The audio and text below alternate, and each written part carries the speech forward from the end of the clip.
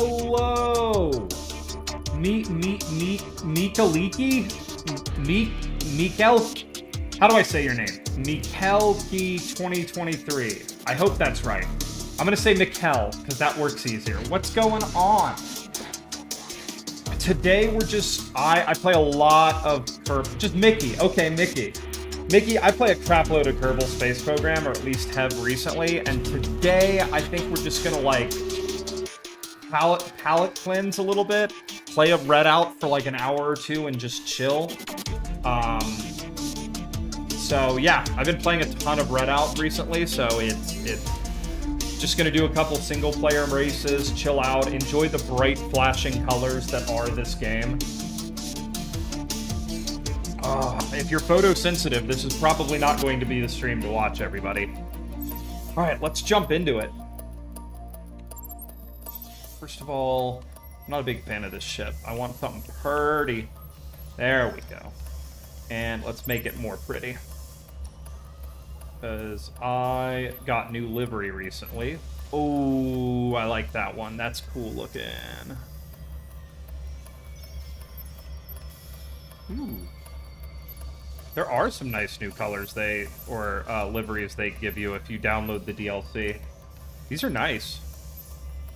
Oh, I think that might be the one. Yeah, let me see. I do like the carbon. I do like the nest. All right, let's go with that one.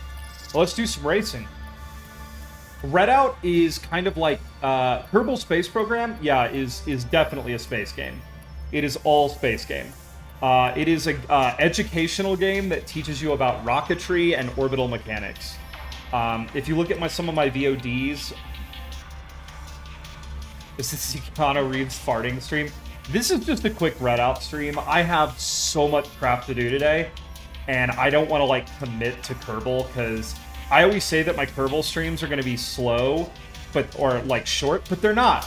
All my Kerbal streams are, like, 4 or 5 hours long, and I just don't have much time today, so today we're just going to do a quick, you know, like, 2 hours of slamming down some Redout, which I know this is Redout.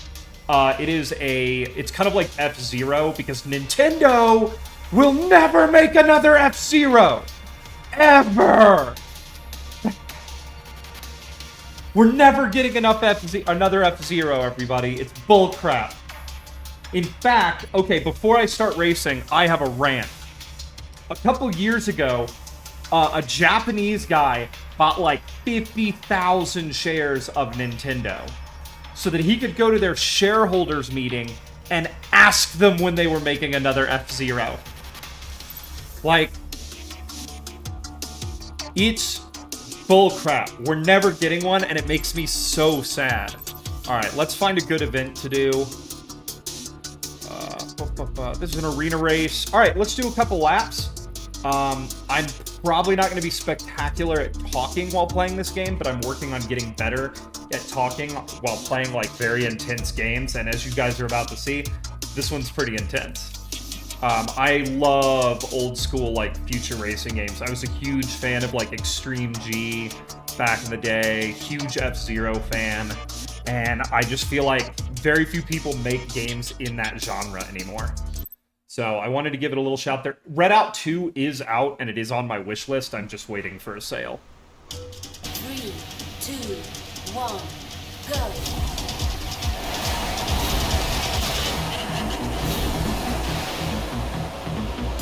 So the key with this game is that you can straight along with turning and control the pitch, essentially, of your hovercraft, so you can trim it out while you're jumping. It makes the game very, very intense, because it requires way more, like, brain power than your normal, like, hover racing game.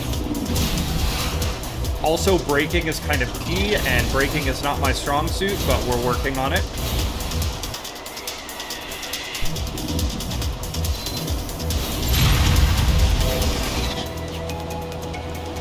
Alright, here we go.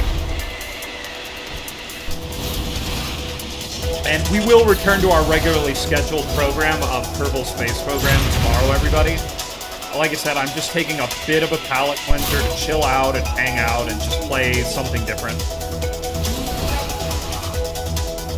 I love the color and, like, the look, kind of the neon, just futurism of this game.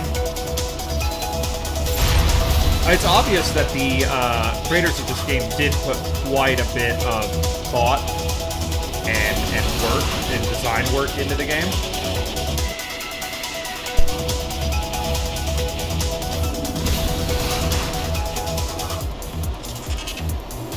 There is, like, a lore behind it, too, that's kind of shown in the world and in short blurbs about the different hovercraft and locations.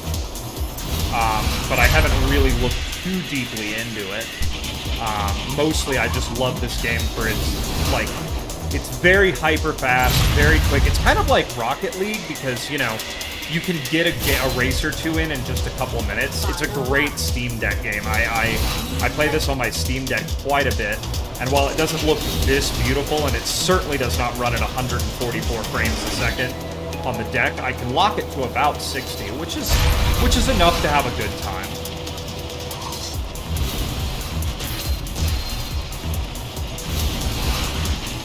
All right, we're gonna see if we can catch this guy. I think I got just to the end of the lap here to catch this last guy. Whoop!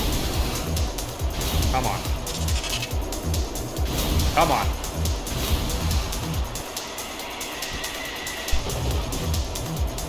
Okay, we're gonna see if we can get him. I missed that boost, which isn't good, but let me see if I can catch him through here.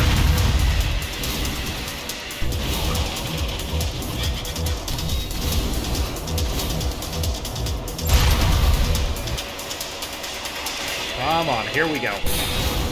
I was in first for just a second. Almost. Okay, I really want to play Bomb Rush Cyberpunk. Like, it is very high on my list of games to play. It is on my wish list right now, so I'm kind of just waiting for a sale, or maybe if there's a lot of interest in me playing that, I will buy it on my next paycheck and I will totally play it. Because it looks freaking great. It looks so fun. It looks super fun. The other game, a couple other games I really want to play on stream are Flight Simulator, because I love Microsoft Flight Simulator. Maybe do some, like, bush flying and stuff, or gliding on stream. And then I also really like to do Elite Dangerous, but I'm so far in the middle of nowhere. You can play as Peter Griffin. That would be fun. I'm gonna have to look that up. The thing is, for Elite, I'm so far in the middle of nowhere that I worry, like, it's gonna be boring, because all I'm gonna be doing is jumping for, like, a week before I can get home, back to the bubble. But yeah, I love Flight Sim. Flight Sim is a ton of fun to play. And the gliding is actually pretty fun. I don't know if they fixed the battery issue on the gliders, but if they did, I conceivably would do an entire stream of just gliding. Because I really enjoy gliding in that game. It's very relaxing. And terrifying sometimes. Alright, I'll take second place on this race. Oh, this is in, I think this is in, yeah, the Cairo tracks. The Cairo tracks are really cool. They do give me a little bit of nostalgia for when I got to go to Cairo a couple years ago. It was a really cool time. Oh, I know. But, like, you know, I'm trying to reach out, get new audience, play different stuff. Trust me, tomorrow's stream is going to be, like, the same landing done, like, 6 times and more burning into orbit with fuel depots. It's not going to be exciting. 3, 2, 1, go.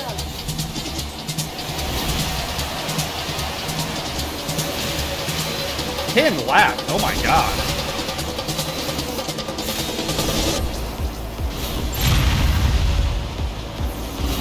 Yeah, the Cairo track is pretty tight, but it's really cool looking.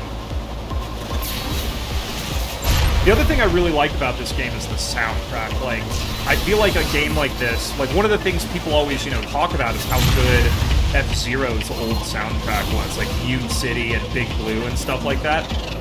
And I feel like this game lives on in that vein because the soundtrack is just awesome. It makes you want to go fast.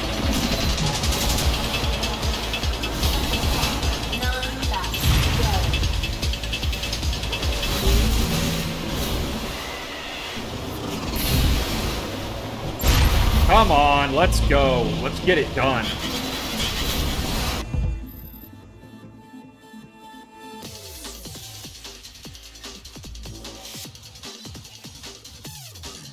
I mean, that's what we're all about here. Like I said, tomorrow is going to be absolutely a return to regularly scheduled programming, which is just going to be like literally just playing Kerbal and chilling out. And then I think maybe next weekend. Next weekend's going to be weird because I have to travel the week after, but I am definitely going to throw some streams up. I think next weekend maybe I'll straight up say it like Flight Sim. Like, I will spend the week updating Flight Sim, because, you know, that game is massive, and the updates are all like 100 gigs.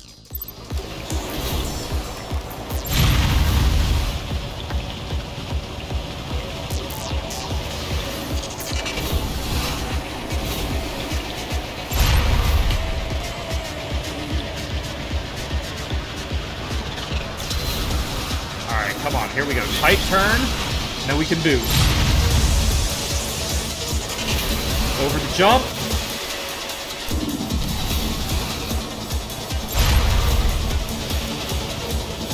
Yeah, I love this game because I think they do a lot of service to reference others.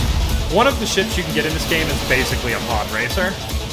Also, you want to talk about a great racing game back in the day? Star Wars Episode 1 Pod Racer just came out on the Switch recently, and I played it, and oh my god, does that game hold up well. Like, the graphics are terrible, but god, is it fun to play.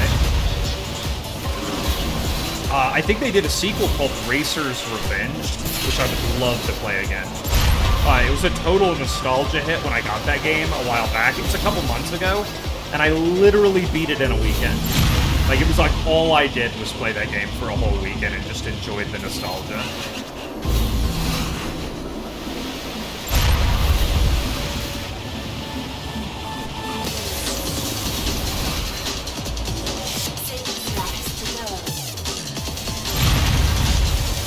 Come on, here we go. This guy in the lead is murdering me right now. Come on, we can do this.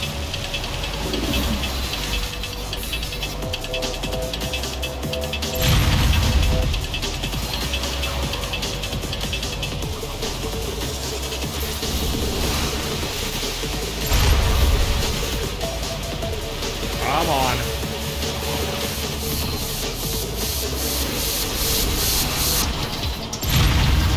Oh my god, it's a fight for first right now. I think he's got me coming out of the corners on the boosts. I think I can brake a bit more aggressively than he can. Almost there. Come on, let's go.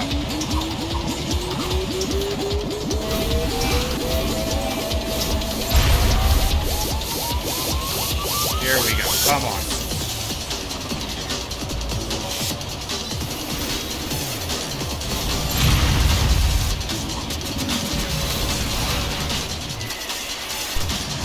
Ooh. Taking some damage. It's alright, as long as I can beat him. Come on. So the strafing is subtle, but it's the ability to strafe makes coming into tight corners like this really nice. Because it lets you kind of just dive towards the apex a little bit. And through chicanes like that, you can stay pointed at the next corner while you negotiate them. It took me a while to figure it out in this game because it is just really weird in how it does its business when it comes to strafing. Oh, another game I really want to play on stream, everybody, is Ride 5. I love motorcycles, and I just got Ride 5 on sale, and I'm really pleased to be able to play that a bit on stream. I like racing games, folks.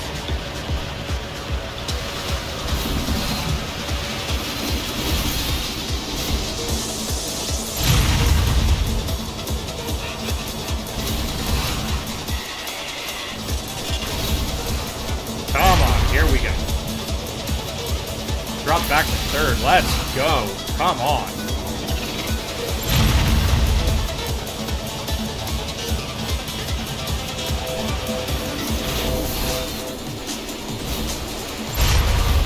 Okay, one more lap to go to make this work.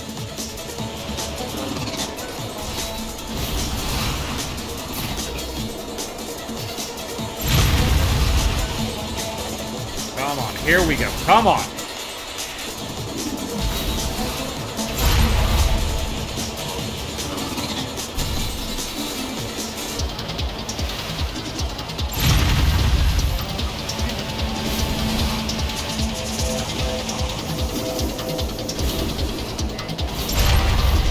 Let's go! There we go. First. Did I get fourth? Are you kidding me? Best luck.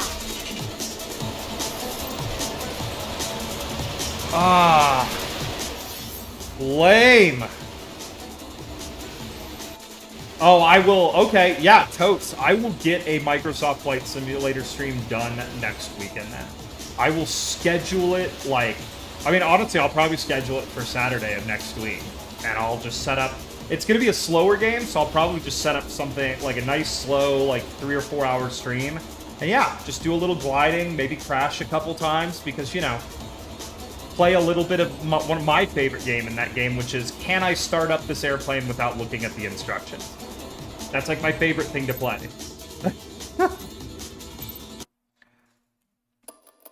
All right, that race is pretty hard. It is a point race, but like, you know, I was hoping getting first would get me there. Speedway Classic, Alaska Speedway.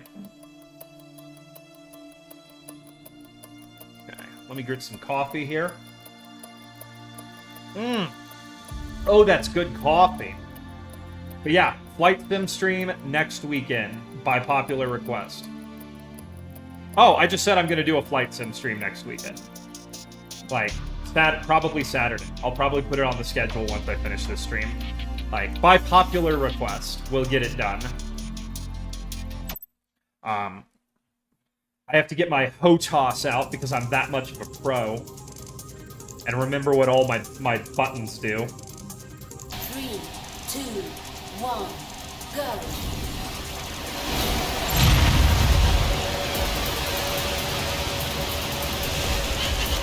I really like Flight Sim. The nice thing about Flight Sim is, I mean, I'm probably gonna I'm gonna try to avoid doxing myself because I love flying around the area that I live in. So, I mean, you know, tune into next week's stream to probably find out what state I live in.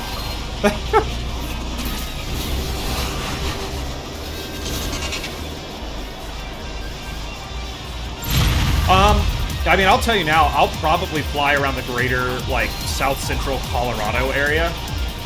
It is one of my favorite places to travel to because it's very pretty. There's some really good gliding around Mount Blanca, Colorado, and the Great Sand Dunes. Because of just the wind patterns there. Even this time of year, though I think this time of year it's a little bit cold, and I play Flight Sim, you know, with, like, active real weather. I also like to fly around and glide around New Zealand. There's some solid wind there that can give you good updrafts near the mountain range. I also like to glide in the Andes when I can. I do a bit of bush flying. I like to do some flying with the, I think it's what it's called, the Pilatus PC-6 in the Himalayas. I like flying around that area because it's so pretty. Same thing with the Andes. I like flying in the Andes when I'm flying like a bush plane or something. They have that, the Beaver, the seaplane. I really like flying that in the Andes and finding little lakes and stuff to land on. The Sierra del Fuego region is really fun to fly in because it's pretty. And then, you know, every now and then I'll just do something crazy. Like, I'll be like, let's go fly to an an Antarctic base in like a 737 or some crazy crap like that.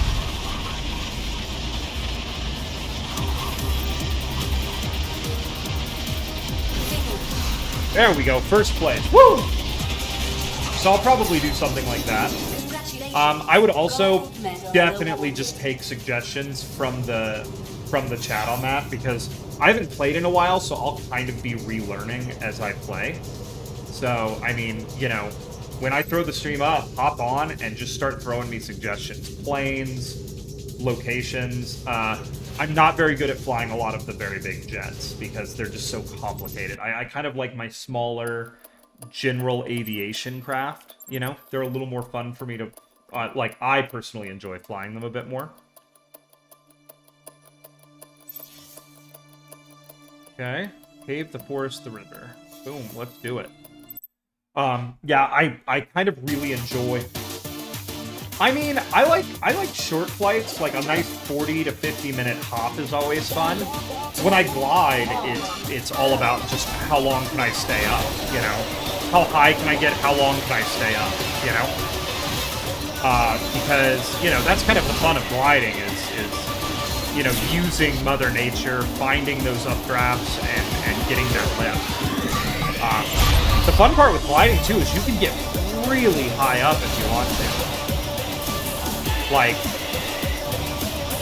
the highest I've ever gotten, I was flying in the Andes one time, and I got up to like 23,000, 24,000 feet in a glider, just kicking off of like mountain waves, which like mountain waves are, you know, specific type of updraft you typically get when you have like strong ocean winds coming in and hitting a mountain range. You can get really high. IRL, there was a glider that was built partially by Airbus, a manned glider, that made it to like over 70-something thousand feet in the Andes, which is like insane. There's some pretty remarkable footage of that machine flying.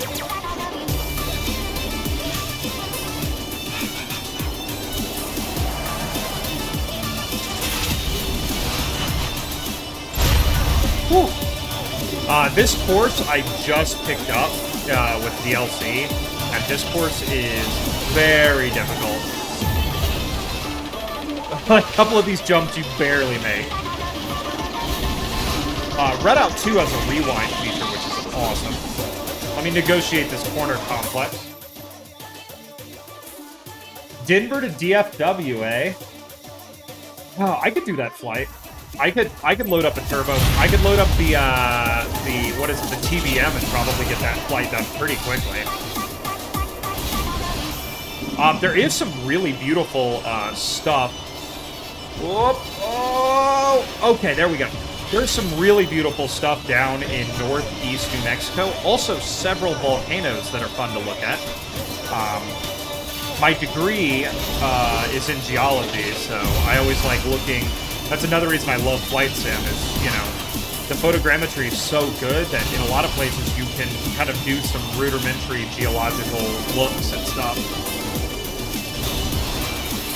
Are you a geologist too?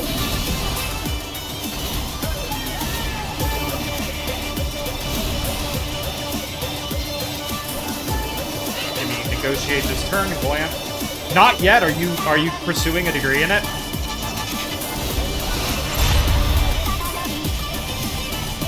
Because if you are, I will tell you, it is a spectacular degree. The job market can be very rough. I worked as a geologist for a medium-sized oil company for many years, and now I no longer work in the geology field, so just be ready. Like, it's a great STEM degree to have, it's just the job market can be a bit rough. Now, if you intend to go like the academic route and get like a master's or a doctorate, you can find work, especially if you intend to stay in academia. There's a lot of really interesting stuff to still be done research-wise.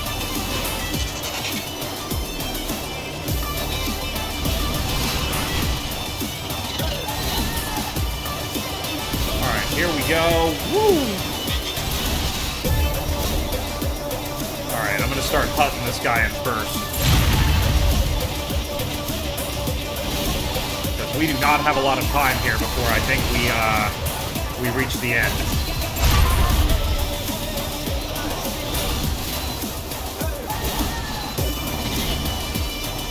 I am learning a bit more about checking my chat while playing a game like this.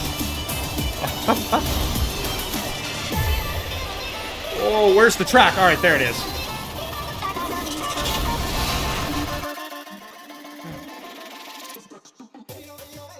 I mean, one good professor can do it. I had a spectacular professor my sophomore year, and that's what caused me to switch from engineering into geology. One of the first things he did is he showed us a picture of an erupting volcano. And we were, you know, it's kind of, oh, that's interesting. And he's like, oh, no, I took that. Geology is a career path where you will get to travel to some very interesting and unique places. But I will advise you, yeah, if you go like the oil route, get ready. It's a rough ride. But there's a lot of other stuff. You can go into mining. There's tons of research that can be done. Carbon sequestration's a big thing right now, along with like stuff for like looking for helium. There's some talk about like dredging for iron nodules in the ocean that's been talked about. There's a lot of industrial applications for geology. There is always, if you want to help the Earth, there is always the environmental route, which isn't too bad. You'll never make big money, but you'll make perfectly adequate money in the environmental route.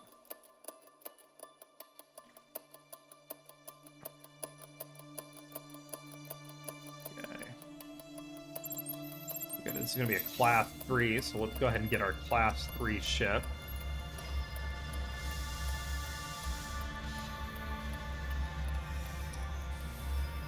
I mean, right now, just enjoy it. Like, you get to do a lot of interesting stuff in,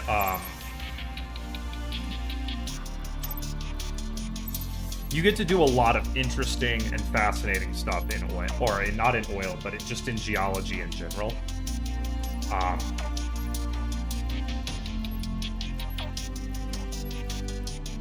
Let me go ahead and grab that. Like, it's an interesting industry.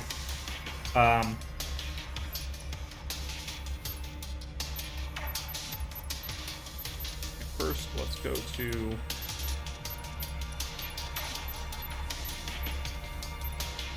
Yeah, there we go. That looks nice.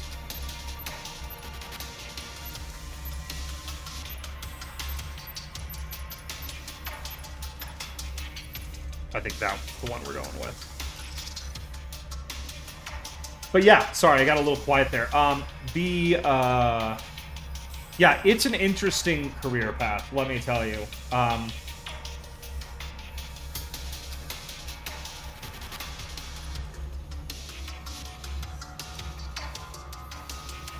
That's the way to do it. You want to find something that interests you and at least, you know, makes survival money, you know? That's the big thing, is you want to be able to make enough money to, like, comfortably survive. You know, you don't, like... Oh, crap. I accidentally started this. Give me a second. We're gonna quit. You want to do good enough to be okay and be able to save and, like, be comfortable. But yeah, like, money isn't everything. I can't believe I'm saying that, but trust me, it's not, you know? Let's go ahead and go to Harden Hall, Augmented Propeller. Let's do that. Okay, there we go. Now let's go do this. Yeah, it's one of those things that, like, I'm trying to think of, like, any more advice I can give. Enjoy the ride. Hopefully you're in a program that allows you to travel a lot. When I was getting a degree, I think we, at one point, did the math and found that to get a geology degree at my university, you had to camp for a minimum of 11 weeks. Like, throughout your 4-year program, you would be camping for quite a bit of time. And I'll be honest, I really enjoyed that aspect of it.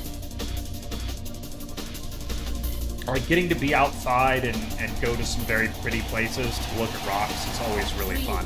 3, 2, 1, go. Plus, if you decide to actually go to geology full-time, you never know, there might be a program you can transfer to at another university. Which, you know, is always an option. If you decide that, hey, geology is the total thing I want to do, there's plenty of opportunities for transfer places. Or, potentially, once you have your geography degree, you could pursue a master's in geology. I'm actually thinking about maybe in a couple of years here, once my financial situation stabilizes a bit more, going ahead and pursuing a master's in geology.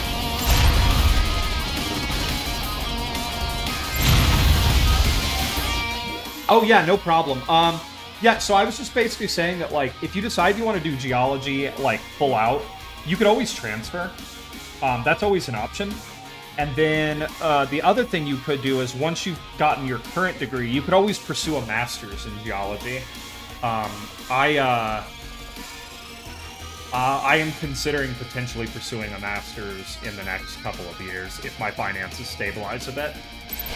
Because, like, you know, having a master's degree in the geology field will take you a long way, and it would be nice to have one. Plus, you know, if I could find a research subject that I'm actually interested in, it would be really interesting to actually do a solid research paper.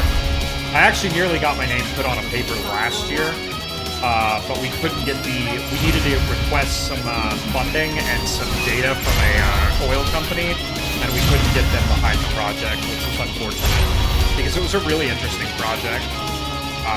A friend of mine was going to lead the team, and I was going to do quite a bit of research level work for him, and it would have got my name on the paper, but unfortunately it didn't work out. That's another thing too. Yeah, I know. Well, actually, I was one credit away from an astrobiology degree when I graduated college. I came very close, which is, you know, the study of biological chemical systems potentially on other planets. Planetary geology, if I had the option to do a traditional master's program, planetary geology is where I'd go. Like, it fascinates me.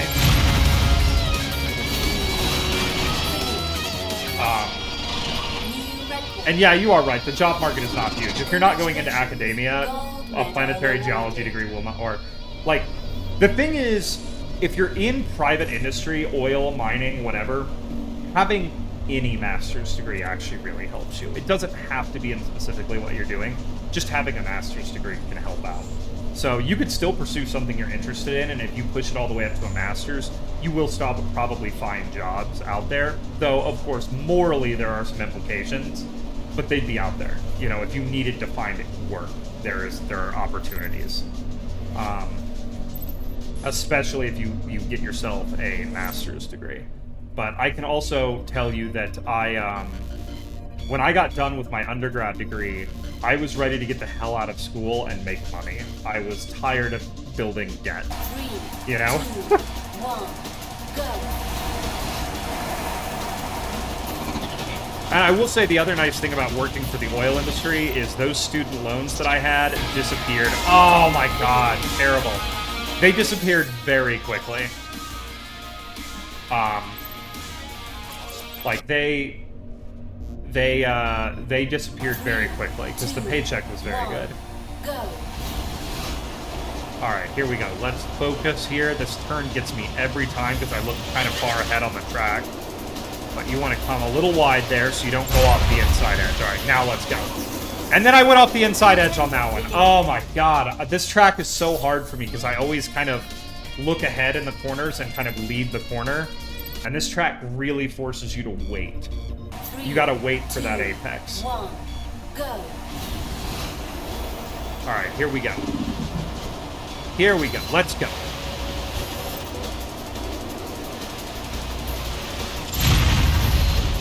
Come on. There we are.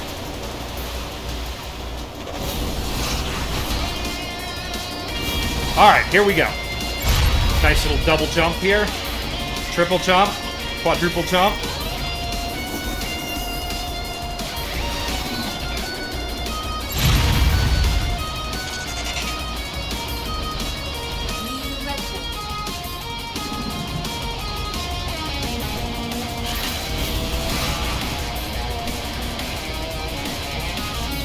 Woo! Almost made the same mistake there again. Yeah, with games like this, the key is most racing games, you want to look down the track. You don't want to be looking right in front of your ship or at your ship. You want to be focused on the next turn and lining up for it. And this vertex track can punish you for that because you'll start to move towards the inside of the track to set up, and there all of a sudden will not be a railing there. Like that. Yeah, like that, right there. I saw that checkpoint, but I couldn't quite see the inside of the track. I pushed over to set up for that checkpoint, and I left the track. It's one of those things, yeah. It's another reason I really like this game is the track design is... It doesn't look like something that would be that difficult, but designing tracks in a game like this is kind of an art, and the tracks in this game are really well designed.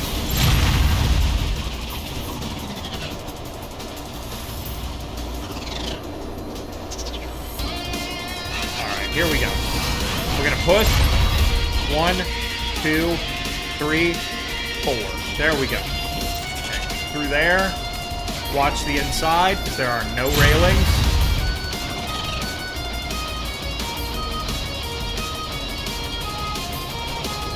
Okay. Just keep the throttle open. Push through this section. A little bit of brake.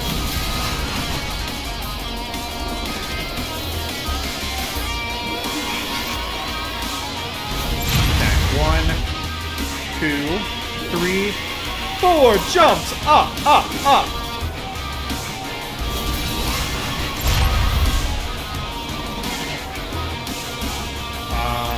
Okay, there we go. Final lap. We're looking good in first place. Do not push inside. There we go. Alright, there we are. I think I got the sucker pretty much memorized now.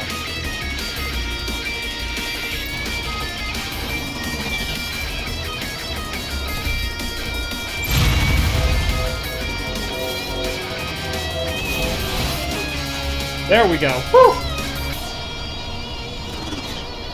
But yeah, planetary geology is kind of a fascinating field. I think that with the knowledge we have now, the better telescopes we have now, the better stuff we can really do, I think that it's a field that's pretty rapidly expanding.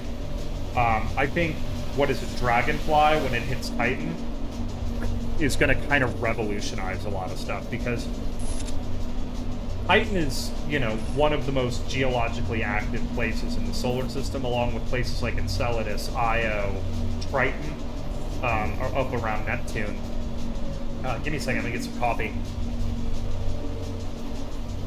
You see a lot of, you know, I think that before the Voyager probes, definitely, there was this thought that a lot of the stuff in the solar system was a bit dead compared to Earth, and we find that the solar system is actually wildly geologically active. I mean, even as far out as Pluto, you see large portions of Pluto's surface being replaced at several million year intervals at least. There's, you know, I think it'd be interesting to see what's actually going on out there. We probably won't get close to Pluto again in my lifetime, but you know, there's so much to see and learn out there, because, I mean, you think about it, Pluto should be dead as a planet, as a dwarf planet, geologically. Even on small asteroid bodies, we found that these are extremely dynamic systems that are constantly evolving. So there's a lot to go. Yeah, it has a hydrosphere of liquid methane, and, you know, the fact that we thought there might be lakes on the surface, and then Cassini basically proved it. They appear to be mostly at the poles, but, like, there is flowing liquid on the surface of Titan. Like, if Dragonfly does not drop near one of those lakes so we can get pictures of them, I don't know what NASA's doing. Like, you know, I don't know what they're thinking if we don't get a picture of one of those lakes. 3, 2, 1, go. They also think now that the lakes are very shallow. Like, at the most, I think one of them is thought to maybe be like 12 or 15 feet deep. Something like that. They're super shallow. I forgot who it was. I think one of the big space YouTubers did a video about Titan, and it's really interesting. Because, yeah, there's like a, you know, on Earth we have like a water cycle and a phosphorus cycle. We have all these chemical cycles of how certain chemistry moves through our environment. yeah, Titan has a methane cycle, which is very interesting. It also appears to be geologically active. There may be some water geysers on Titan, and if there are, that would be extremely interesting because water would be analogous on Titan to what rock or different rocks or minerals are here on Earth. I mean, water is actually a mineral in its frozen form. It has its, a full table of mineralogical characteristics. Also, there are like 10 different types of ices. If you actually start looking up all of the interesting things that ice can do, it's really weird. Like, ice behaves very differently under different pressures and environments. It sublimates, it crystallizes in different forms. So they have names of ice. There's like Ice 1, Ice 2, Ice 6, Ice 8. And all of it is that water, being as weird as it is, under different pressures, forms different crystal lattices. I actually believe ice under certain conditions is not hexagonal, it's cubic in its crystal nature. Congratulations, gold medal awarded. I mean, yeah. The Europa Clipper is going to be... I genuinely hope in my lifetime we get underneath the ice of Europa. Like, that's my big hope, is that we find a way to put some sort of craft on the surface that, like, melts its way through the ice and gives us, at least chemically, a look at what's down there. I think it would be brutally disappointing if it turned out that the ocean underneath the ice on Europa was sterile. I think that it would be one of the greatest letdowns scientifically ever. Same thing with Enceladus, though. I have my theories that Enceladus may not be as good of a candidate for life as many people believe it is, because it's so small, the gravity's so low, it appears that only one part of the planet is outgassing water, which makes me think that the reservoir of liquid water is never very large at one time. But I think Europa is a solid candidate for life within our solar system. I think that... I don't think there's a better candidate. I mean, I know we've searched on Mars basically forever, but I think Europa is probably the best candidate for life in our solar system, because honestly, you have everything. You've got water, you've got a stable climate, a fairly stable climate, and you've got energy in the form of hydrothermal vents, which are probably what keeps that ocean liquid. You've got everything you need. Because, you don't need sunlight. You can have chemosynthesis? Chemical synthesis of energy, which is basically what life at the very deepest parts of the Earth's oceans do. They are chemosynthetic. If some catastrophe happened and Earth was thrown from its orbit and went into interstellar space, the creatures at the bottom of the oceans would probably never notice. Their world would not change too terribly much compared to what it is today. Oxygen values might drop slightly, but that's about it.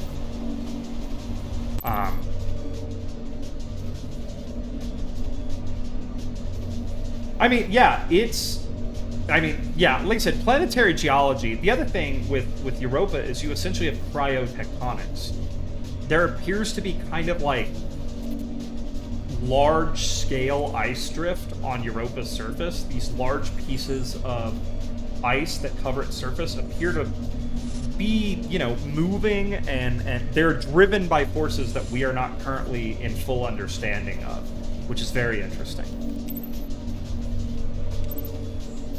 Yeah, that's right. Give me my money. It's one of those things that, like, we're going to get to a point very soon where we're going to begin seeing, like, some pretty solidly interesting stuff from a planetary geology standpoint.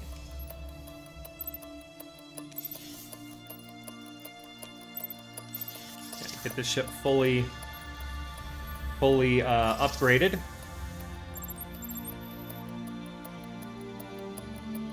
Exactly. And I wonder if it acts more like Earth's asthenosphere. Like, if you get up near the surface where you're near the bottom of the ice sheet, I wonder if water is less... If it's less of a breakover, and you get kind of like a briny slush that would mimic Earth's asthenosphere. You know? Because you have to go pretty far down in the Earth to actually get full-on liquid rock. Most of the mantle is composed of, like, kind of a moosh. Like a rock moosh is the best way I can describe it. Kind of like a ductile, yeah, squishy rock. Oh, speaking of, we're gonna go race on Europa now. This is Europa, Jupiter's moon. Terraforming might have failed, but you can find some great racetracks beneath the water and ice. Yeah, speaking of Europa. Ooh, I have not done this track yet.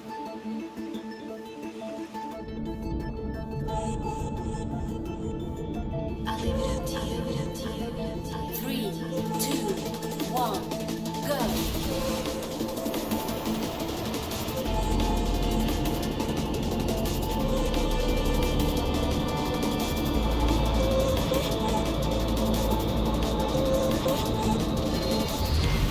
Right out of the gate.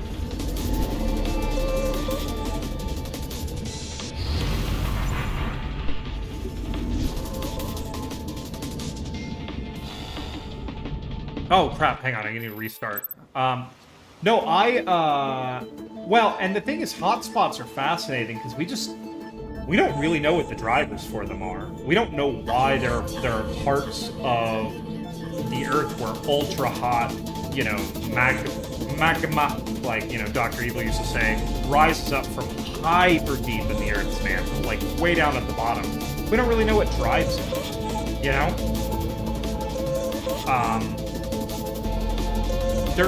And we just, you know, it could be driven down at the core level.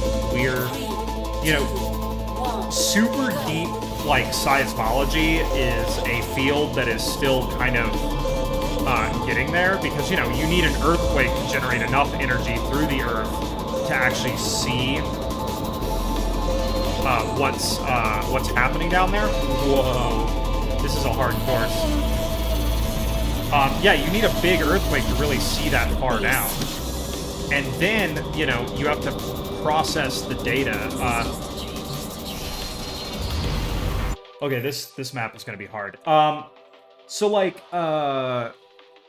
in like, you know, more normal, like, seismic study, typically, like, in the oil industry, you use vibration trucks, or in some cases explosives or whatever. Basically, your goal is you're very tightly trying to control the seismic shock. The waves that you're putting into the Earth and will be reflected need to be tightly controlled.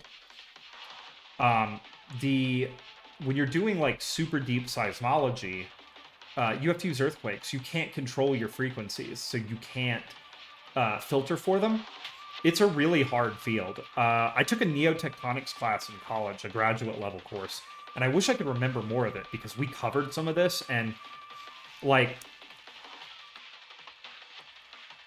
one of the big major fields of study, at least at the time, was if you have a subduction zone, how does that crust that is subducting delaminate and begin to fall down into the asthenosphere?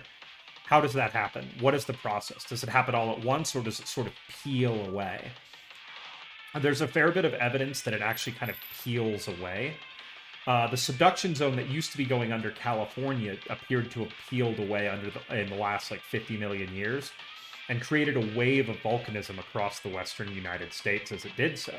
Hence, some of the volcanoes you see out in New Mexico and Arizona and Utah, Nevada, California were all part of that plate peeling away after that subduction zone failed and became a transform fault.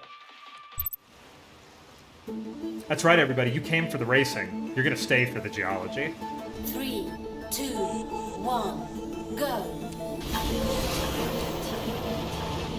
Alright, let's try this track again. There's a jump down here, and the transition from this tube to being a flat track is very rough. Alright, we made the transition. Okay, back into a tube. The goal right now is we just want to see if we can get around this thing. Okay, Here comes the tube jump. We're waiting for it. There it is. Oh, we just missed it. All right, I'm going to keep going. Normally I would restart, but I'm going to keep going right now because I kind of want to see how this track actually shapes up. This is a very difficult track.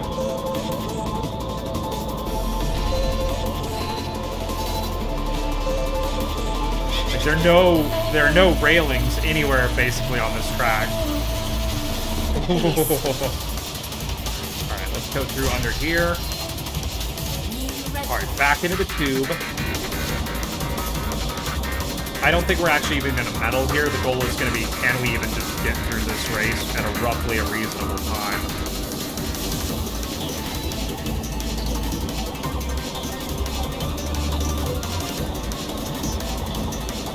We want to stay on the 2 lines if we can. Okay. There we go. We made it. Whew. All right.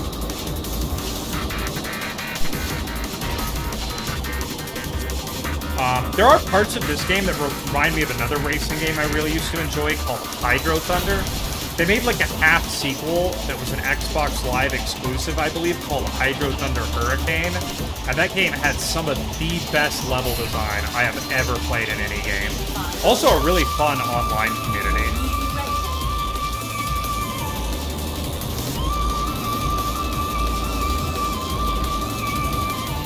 Whoa.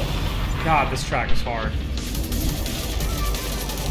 We may be coming back to this track. I may not be able to beat this one today.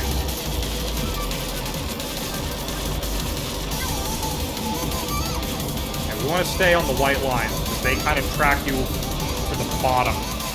Oh, there we go. Okay. Whew. That jump is brutal.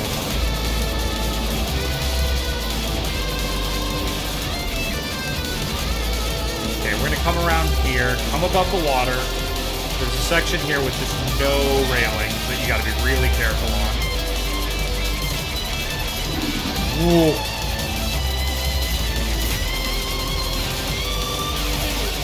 That was a terrible race. I did not. Oh my god, I can't believe it. I got a bronze medal. Oh my god, I can't believe that. Anywho, yeah. There are some interesting, research going on right now. One of the interesting things about Mars, and the reason the volcanoes got so big there, possibly the reason they get so big on Io, is neither Mars nor Io appears to have tectonics. So if there are hot spots on the planet, the volcano just sits over them for its entire life, never moving. You know, the reason the Hawaiian Islands are the size they are is after a certain amount of time, the tectonic plate shifts the island off of the hot spot, and a new island and volcano form. On Mars, this appears to be a process that doesn't really occur at all. Which is interesting, because that means that, there is actually a whole lot of curiosity about, like, why do tectonics happen? What made the Earth, special enough to have them? Because I've heard on, let me think about this. I've heard some talk of the fact that maybe oceans of some kind, are needed to have tectonics, at least in the way we see them on the Earth. But that's still kind of just a field of research. Why tectonics? Why do they happen? How do they work? Because, we don't really see an analogous... Outside of maybe Europa, which has a different system going on, we don't actually see an analogous form of tectonics really anywhere else in our solar system. 3, 2, 1, go! Alright, here we go. Racing on the moon.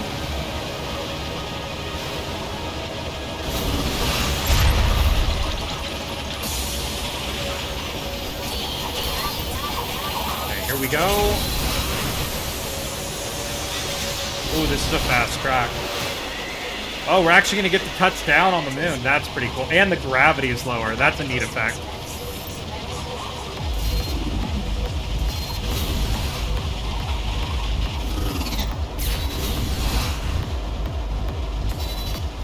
Racing in a full vacuum. I don't know if we've done that before. Oh, and it makes it hard to turn. miss that jump.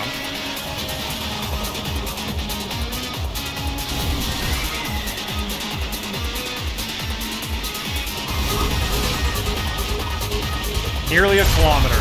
Alright, let's go see if we can catch these guys. I don't think I'm going to win this race anymore, but let's see if we can catch up. Let's at least see if we can mix it up with the pack now that we basically know the track.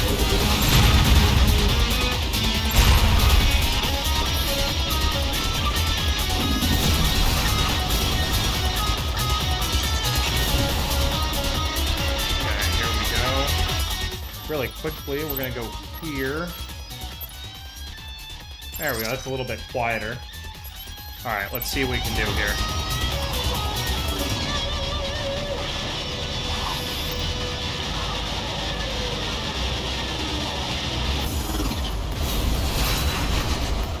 Alright, here we go. I can see our opponents up there.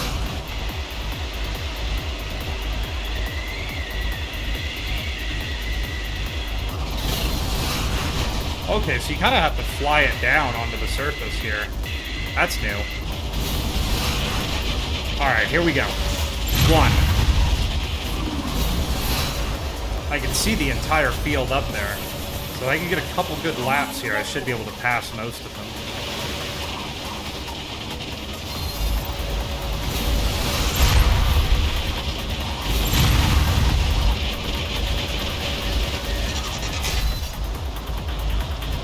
There they are. Come on.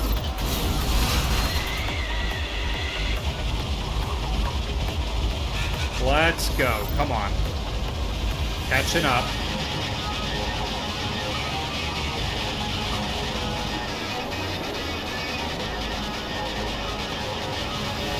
There's another one. There we go.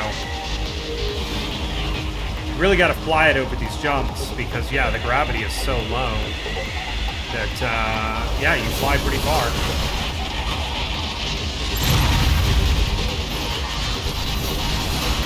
All right, here we go. There's 4th place. Come on.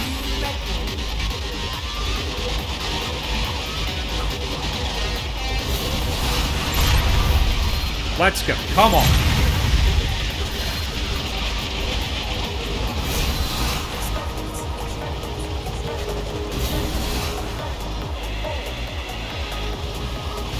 Flying along the lunar regolith is what it's called.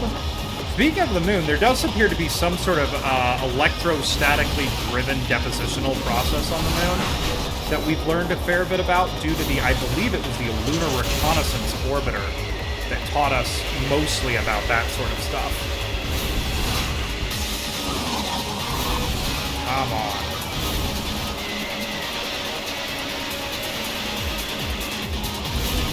There's 4th place.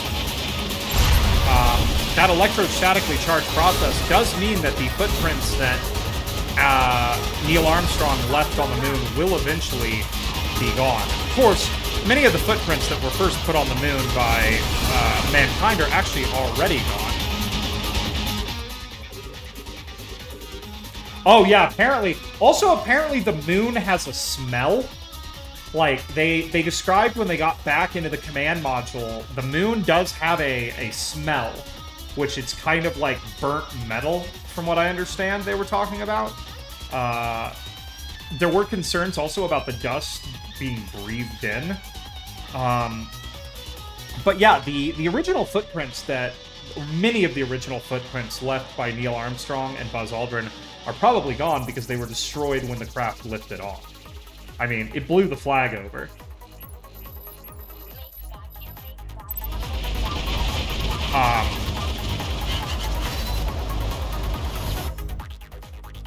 Yeah, it blew the flag over, which, you know, probably tore up a bunch of other stuff.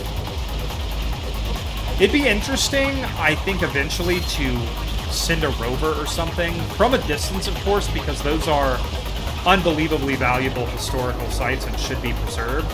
But from a kilometer away, you could get probably a pretty good look at, like, what the modern, you know, what the modern, you know, moon landing site of Apollo 11 still looks like. the Lunar Reconnaissance Orbiter did image it. It imaged all of the Apollo landing sites. Having reconnaissance orbiters has also been a huge boon to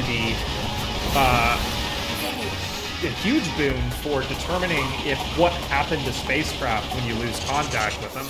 The Mars Reconnaissance Orbiter has found wreckage, you know, when spacecraft mess up on re-entry or whatever and slam into the ground, you know, as has the Lunar Reconnaissance Orbiter.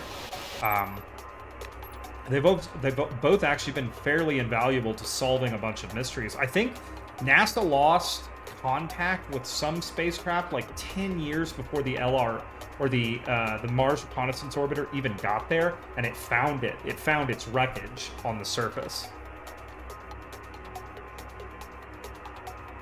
Oh, that's good water. All right, I'm gonna go ahead and just continue there. Go for race with an ESA AGR to obtain a gold medal in the next event. Okay. Contract accepted. I already have this thing. Okay. That's a pure race. Let me see if I can... Chipley is an ideal location for a speed event. Okay, there's Europa. I'd like to go see if I can... Let's go back. Let's see if I can do a pure race with this. Alright. The goal being, of course, that I'd actually like to win this race. I mean, Venus is one of those planets that, like, it's very mysterious because, like, you know, it replaces its surface, and we have no idea how or why. I mean, volcanism, obviously, but, like, we just don't know. We thought we would find active volcanoes on Venus, and it appears to just be, like... It appears to just be basically geologically dead, but it can't be because it replaces its surface. Like, and we just don't know how that works. It's really fascinating.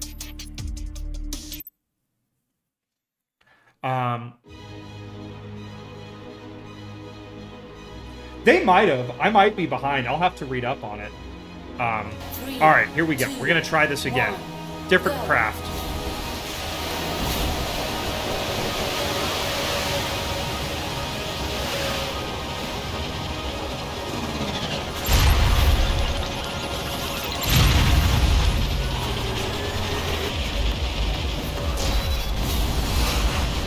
Gotta remind myself to look further down the course. Alright, here we go. Now we're much more mixed up in the pack here. We're not gonna wreck this time. We're gonna keep up. Alright, coming around.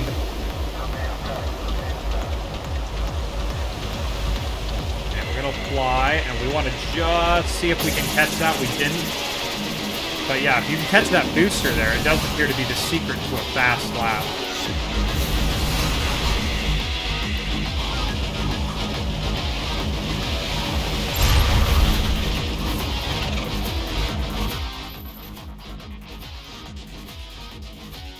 Oh, okay. Someone literally... GPS orbiter in the middle of COVID because they were stuck inside and had nothing else to do. And they found after volcanism like 20 pixels. Well, okay, there you go. Even then, I feel like it's less active than we thought it would be, but on the geologic time scale, it might be very active. Yeah, Venus is a weird one. Because, you know, it's a place where, like, you know, it's so unbelievably inhospitable. I mean, NASA, there are really weird concepts that NASA's been going through for sending some kind of rover to Venus eventually. And you know, there's talk of, like, mechanical computers and stuff that would go in it. Because they just cannot have, you know, electronics just cannot stand up to that environment. I mean, the longest lander the Russians made lasted, like, what, 90 minutes or something? It's unreal.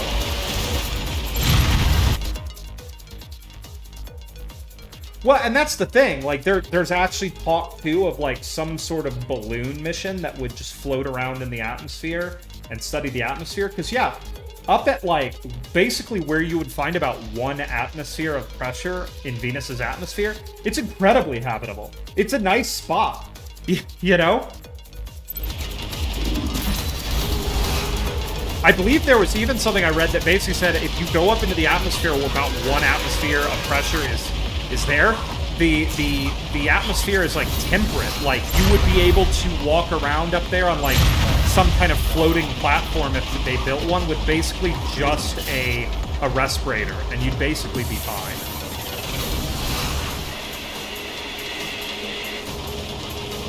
It's actually very interesting to think, if we ever send a manned mission to Titan, all they're really going to need is respirators and insulation. You know?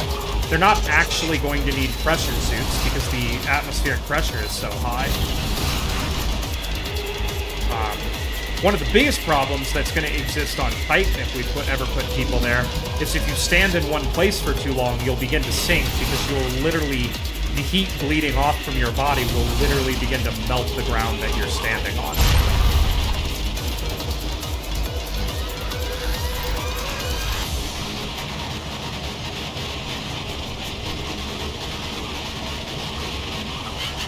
Which could be a problem because, like, I believe the Juno, I think it was it Juno that went down to the surface of Titan? I can't quite remember. Or no, it was the Huygens probe that went down to the surface of Titan. The Huygens probe determined that the surface of Titan, at least where it landed, is kind of like potentially a creme brulee. It has like a hard, crusty exterior and then kind of a soft, mushy mud underneath. Though, there has been some study that said that the craft, actually the probe that was meant to measure the soil consistency, may have struck a rock upon landing, and that's why we think there's a hard crust there. And that it's deflected off that rock, so all of the surface actually might be more of just kind of a mushy, mud. Oh, yeah, it is the Jupiter orbiter. Yeah, it was Huygens that fell into Titan. Yeah, the Huygens probe was actually fascinating just because, you know, it's so short. It was so short-lived. Like, we learned so much for those few minutes. I think that the first couple of days, well, once it's set up and flying, the first couple days of Dragonfly being on the surface of Titan would be fascinating, because I bet data is just going to pour in once they have everything set up and begin taking measurements. The concept of flying on other worlds, too, is so exciting. Like, if you actually, like, look at it, I mean, what is it? Ingenuity out on Mars has been such a, like, unmitigated success. It's done so much more than they actually thought it was going to be able to do.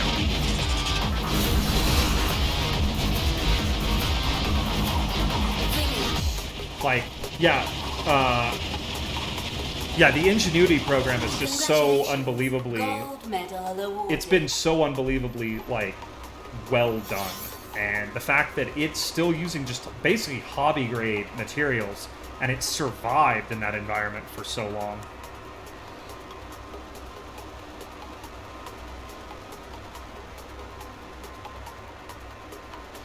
I mean, and that's just bad luck. You know, that's just bad luck. What were the odds that that lens cap would fall right where their measurement probe was supposed to drop? You know? Like... the Russians had a great amount of luck and a great amount of misfortune with their Venus missions, because, like, a couple of the Venera missions were, like, sitting at an angle, so the camera was basically just pointing at the ground, you know, which is what they were there to photograph, but, like, you know, they wanted a landscape, and all they got was ground.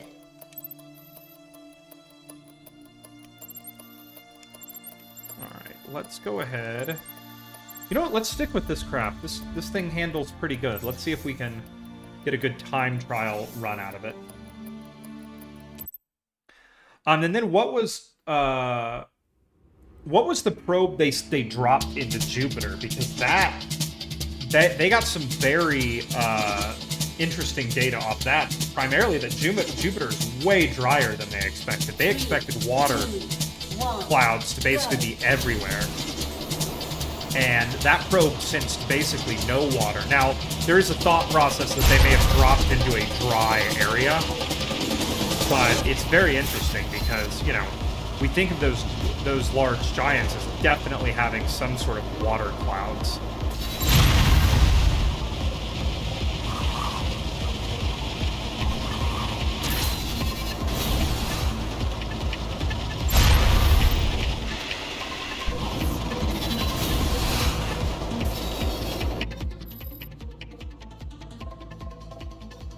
Oh, yeah, well, I mean, come on now, Spud. That was the alien. We know that. That's just, you know... That was totally aliens, yeah?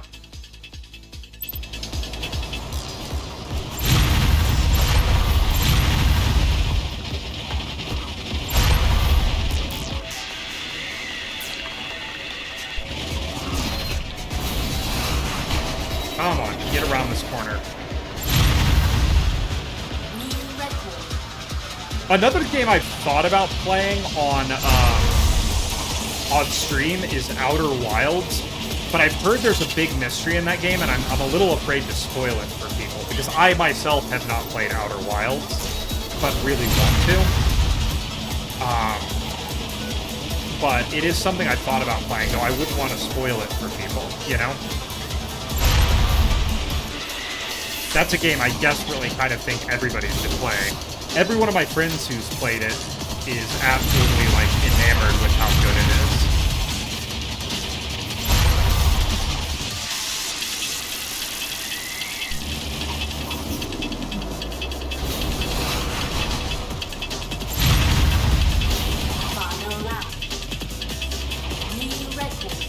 Okay.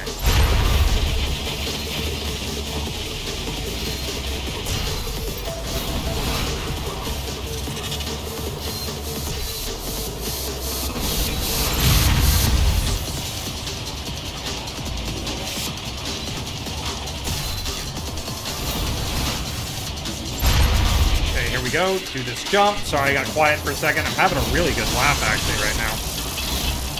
Okay, get on the straightaway. Boom, boom, boom.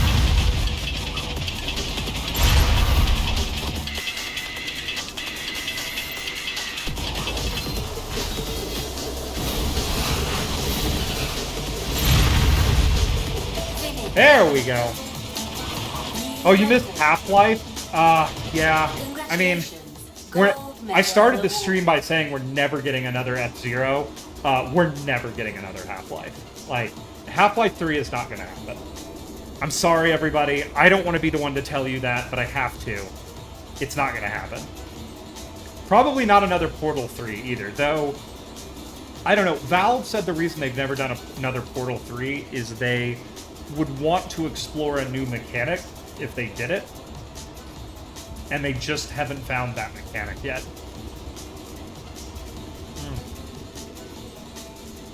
I have not. If you want to know a really sad fact about me as a gamer, I've actually never played Half-Life. I own it, I've just never played it.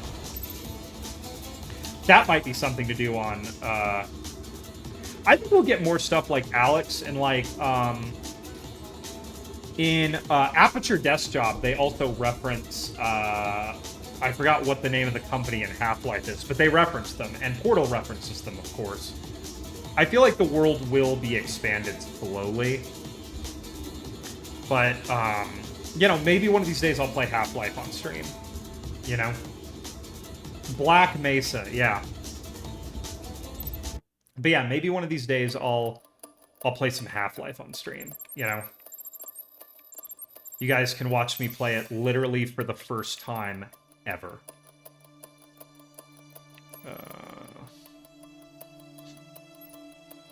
Repair drone, turbo boost. Let's do extra magnetic grip.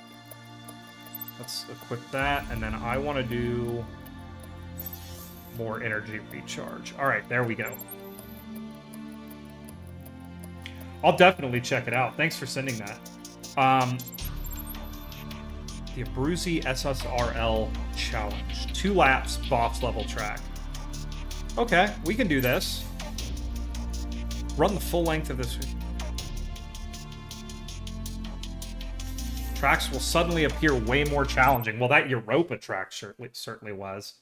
That thing was impossible. That's a shitty meme about Whataburger. Oh my god, are we gonna talk Whataburger right now? God damn, Whataburger's so good. The nearest Whataburger to me is well over an hour away, and I am not ashamed to say I have made the drive. 3, 2, I love Whataburger so much. There used to be a Taco Bueno near it too, but I think that Taco Bueno closed, which breaks my heart, because Taco Bueno is way better than Taco Bell.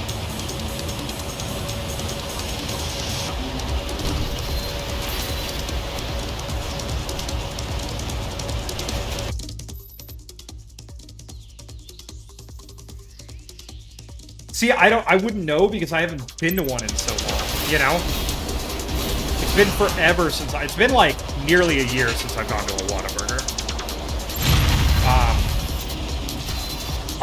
That might be my Christmas present to myself. I may drive to Whataburger one day.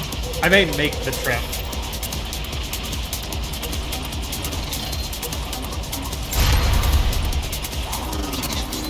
Okay, come on, faster. Let's go!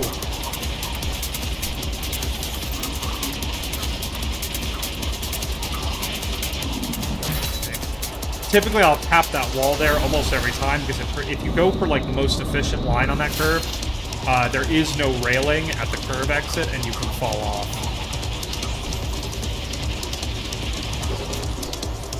Okay, first and second are way up there. I gotta catch up.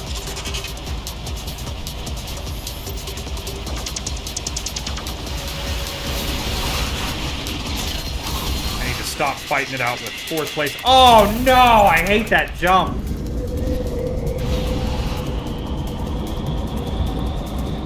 Alright, well now we're gonna have to catch up quite a bit, because fourth is way up there.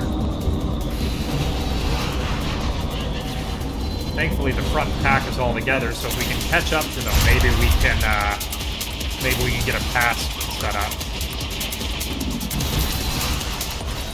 If I could stay off not hit every single wall. Here we go.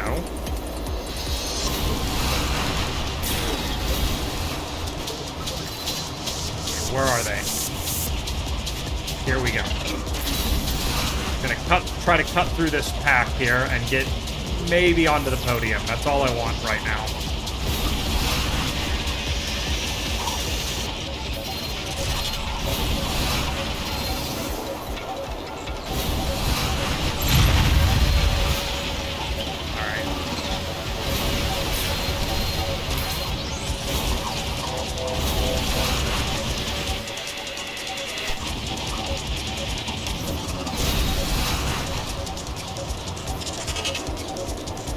Okay, there's second place. Let's go see if we can get him.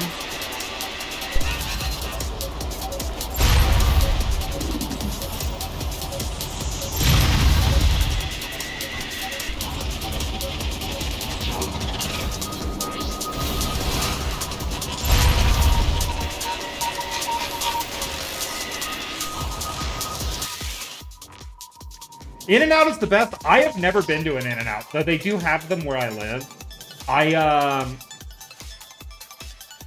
The thing is, like, every single day at In-N-Out, all day, there's, like, a line around the block. So I am just like, can it be that good? Can it really, truly be that good?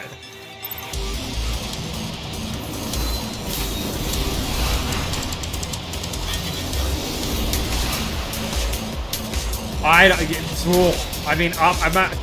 might have to do a, I might have to do like a taste test YouTube video or something.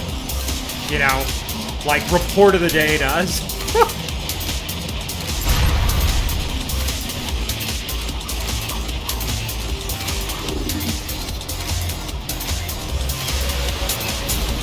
No.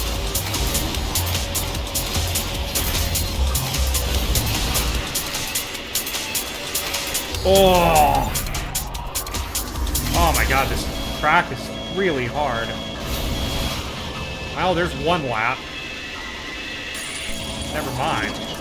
We haven't even completed a lap yet. I thought that was the start-finish line. Alright.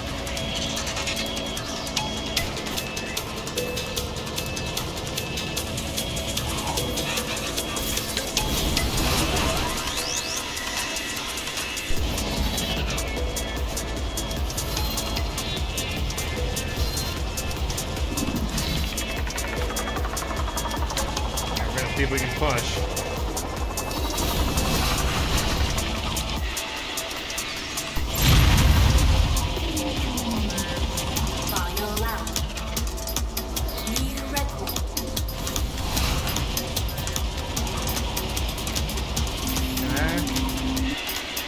Ah! I may not be able to beat this one, folks. I'm doing horribly. I am way back and way away from the front.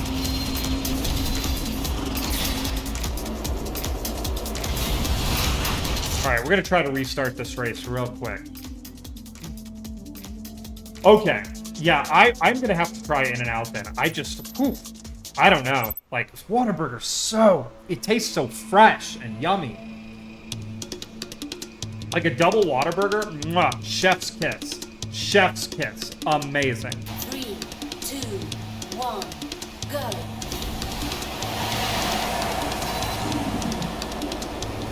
What is animal style, by the way? Tell me what animal style is. I don't know.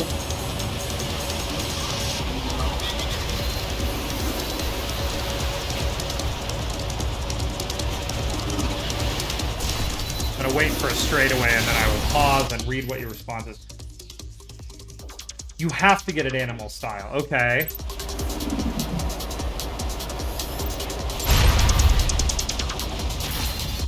It's relish plus mustard plus extra sauce. Oh, that sounds wonderful. God, I'm getting hungry now. Yeah, normally I do these streams on an empty stomach, so I'm always really hungry by the end of them.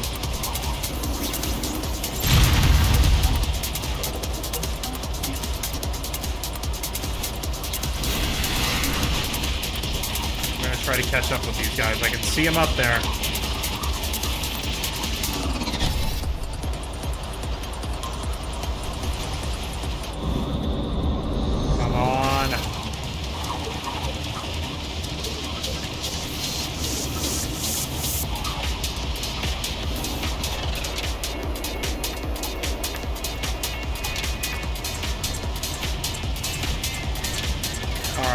See if we can push.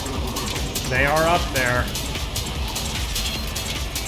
Okay, I want to go straight down. Straight down. Oh my god! I hate that jump! Alright, we have a lot of time to catch up though, so we're gonna keep trying to catch up.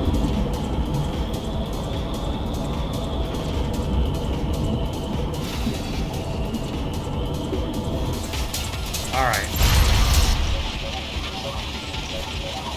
We're gonna try to push here. It's really weird, like, each one of these complexes is basically its own track, and normally I'm very good at this course, but I'm just having a lot of trouble today actually managing to link them all together.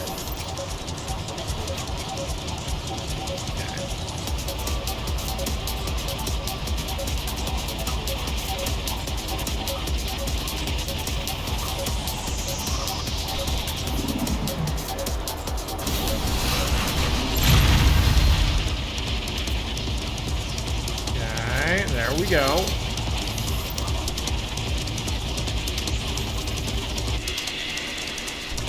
Gonna keep pushing.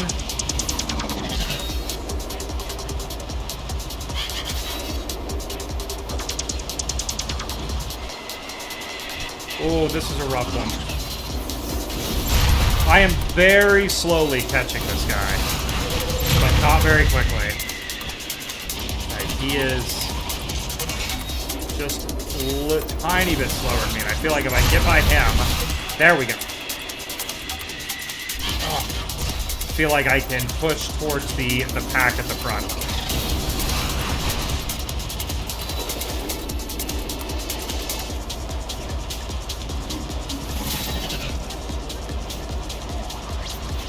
Here we go. Coming up through here. I do love how varied and different the level design in this game is. Like, it's one of those games that you mostly have to focus on the track, but the landscapes the track is built in are very pretty. Like, this is level design done by people who care.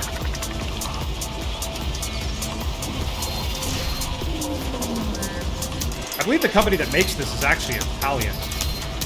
I'm pretty sure.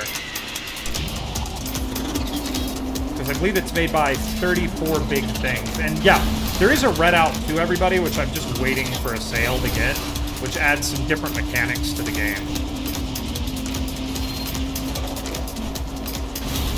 The initial reason I purchased this is I needed something to play on my Steam Deck on a trip. And this seemed to be like the perfect Steam Deck game. And it kind of is. It's really fun.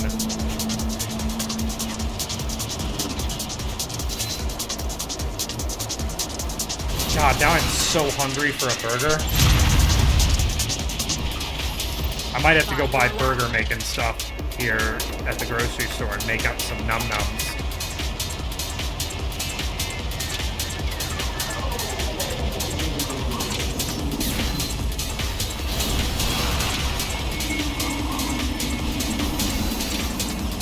Just see them out in front of me. Just gotta run a really clean race here and I can catch them.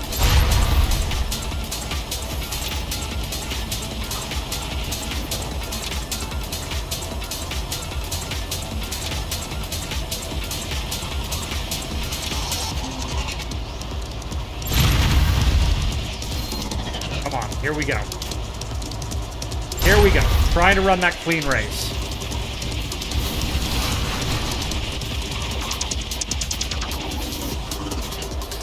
Woo!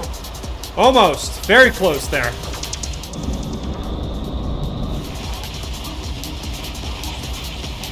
Oh my god, they gotta be up here unless they are just pulling away from me.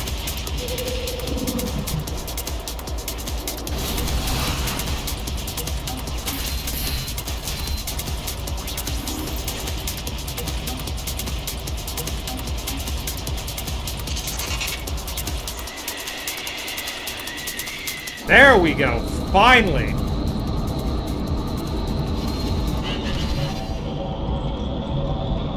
Now, going through water at this speed would just tear any of these craft apart. But, you know, rule of cool in this game.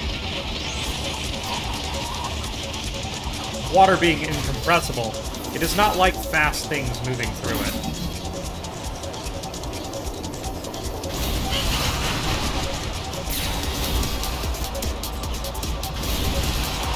Though, fun fact, water is not perfectly incompressible.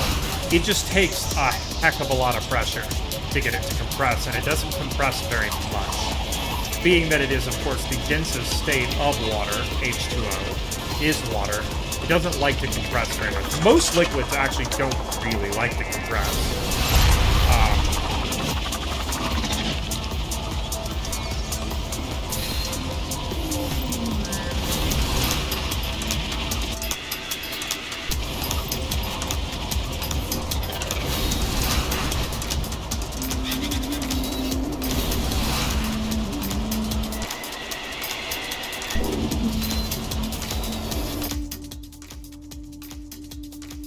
Well, yeah, and I mean, the fact that water behaves as it does is probably the reason life is a thing. If water weren't so weird, life probably wouldn't work out, because we wouldn't have liquid ocean, probably. If its densest form was ice, then only the shallowest parts of our ocean would be water. The rest of it would just be ice, because it would be compressed into ice.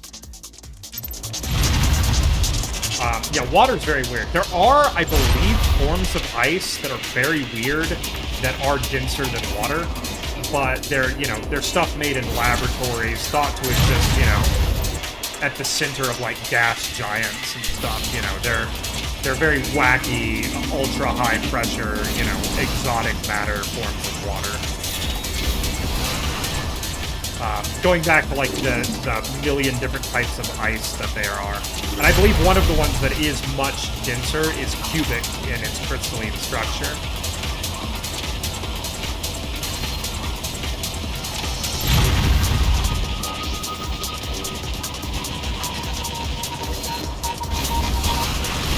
One of these days I need to learn about all the different types of ice.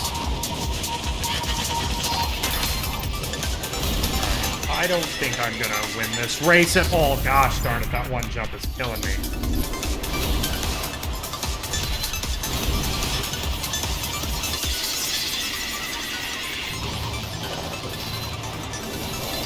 They have got to be way out in front of me now. I think I'm just gonna try to finish this race and call this one a loss. Yeah, they got to be way out in front of me now. Yeah, there are guys finishing.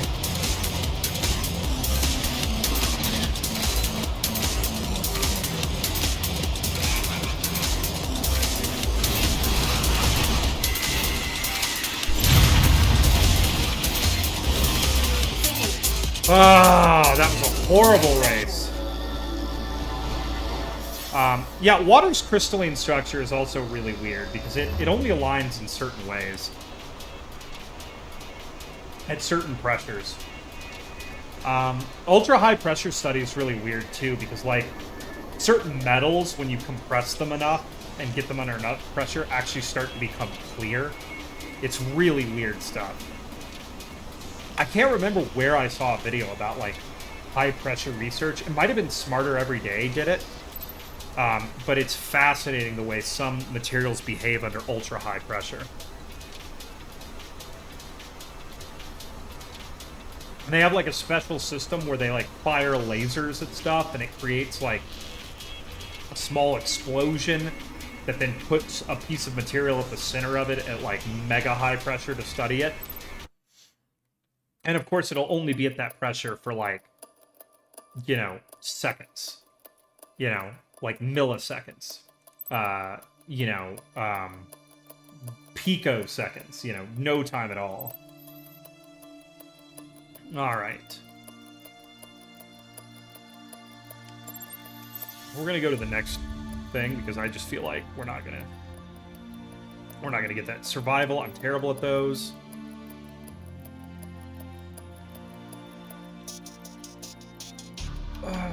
Let's try this. We'll probably fail this contract, but let's at least give it a try. 3, 2, 1, go.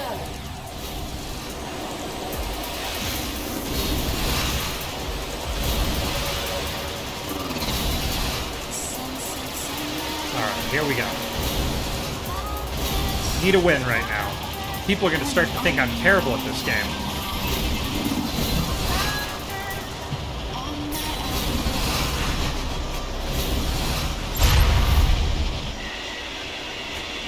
Okay, here we go. Whoop! Come on, come around the corner. You got it, you got it, you got it. Yes!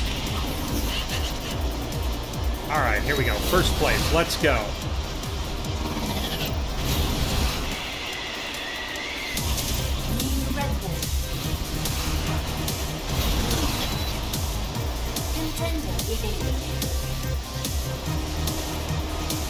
Just gotta keep pushing.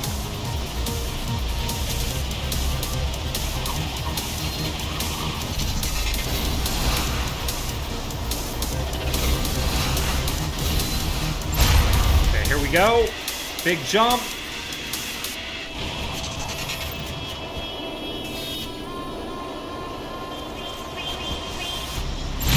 Over the top here, another big jump. We do not want to hit that track piece right there. That will kill you and mess up your race. Alright. Jump through here to the finish line, and we're going to keep pushing. This is a good race right now. I don't want to jinx it, but I'm having a good race.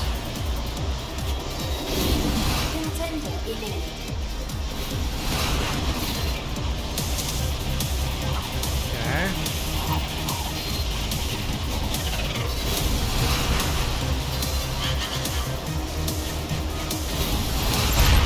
Here we go. Big jump. Woo! Almost didn't land on the track on that one. Okay, here we go. Oh, no! Alright, come on. We can still stay ahead of them. Ah. That has gotten me so many times, especially when you start going faster. It becomes so easy to hit that piece of track.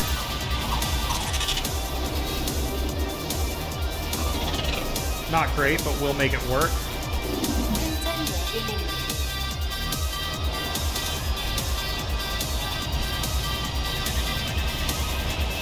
I don't think this is survival race, apparently. I'm usually not very good at these.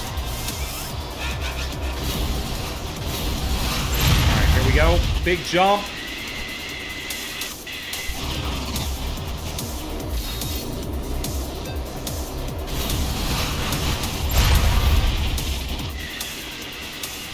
Woo! Alright. That was the hard jump. The last one should be just the jump over the finish line. Give a little boost. Whoop! There we go. Come around here, go through this. Okay. 2 more laps. 2 more laps.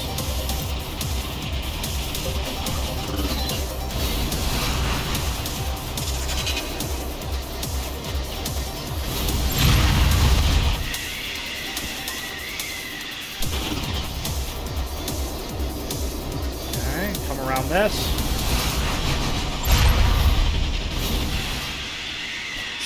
Whoa, that was close. Yeah, coming back to this game, I do love the track design. Like, these tracks are so well put together. Like, the futuristic racing genre is a genre that has not gotten, I feel like, as much love as it should. I'm gonna be honest, I would kill to see another Extreme G come out. Those games were so cool. They had this awesome mechanic where you could go supersonic in them, and all the music would die down and it would get really quiet while you were, like, on the straightaway going supersonic. It made it feel really good. I do actually own Extreme G2, but I think it's going to be a little bit of work to get it up and running on modern hardware, because it was an N64 game, and I got to see how you actually get it running for, like, on a modern controller. That can sometimes be hard. I actually own Beyond Good and Evil 2, which I may eventually play through on my Steam Deck if I can get it running, but I don't know if it's Steam Deck certified, so it might take a lot of work on my part to get it running. Oh my god, sorry, big yawn, everybody. Okay. Whew, got it. Got a headache today for some reason as well. Which I am not quite sure why I have one. I got good sleep last night. Contract completed. Okay, next race. We've still got about 20 more minutes. I was thinking about running just a nice little 2-hour stream today. And then tomorrow, everybody, once again, we're going to return back to normal. We're going to get all of our Kerbals on moons around Jewel, and then start trying to figure out how the heck we're actually going to get them back. Because some of those Kerbals do not have enough fuel. Most of those Kerbals, all of those Kerbals do not have enough fuel to get home.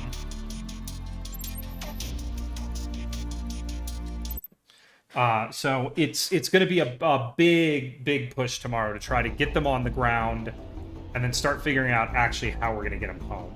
Because, yeah, I know, right? You know, in my lore, the Kerbanistani space program found only the most suicidal Kerbals for these missions. I mean, I have a fuel depot heading out to my Kerbals at Elu, and it's got way more fuel than it needs. So it'll probably just live out there as a relay. So, and that's going to be a fun re-entry, watching Kerbals fall all the way from Elu to Kerbin. And we're going, you know me, I like to go straight into the atmosphere. So they're going to probably enter at over 4 kilometers a second, maybe 5, which will be really exciting and fun. 3, 2, 1, go.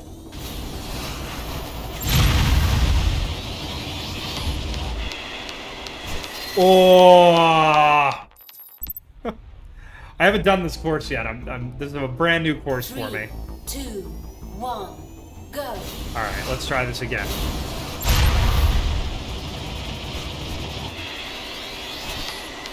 Whoa, you're blind for most of that. Okay, that's terrifying.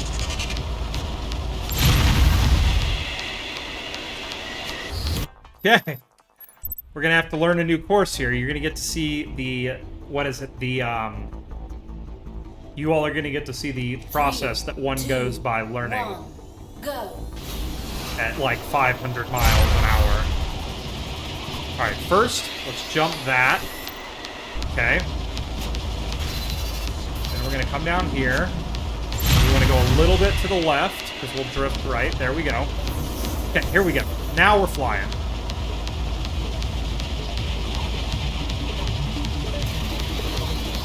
Good song, or yeah, good music on this level.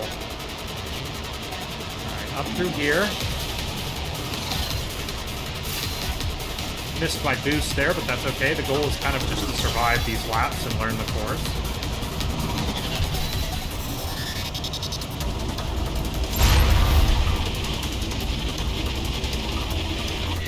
Okay, there's going to be a really weird jump coming up.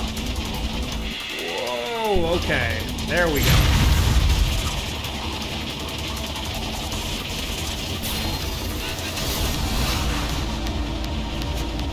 I don't know how much I like this course. This course is hard. Oh, that is extremely bright and colorful. Okay, there's one lap.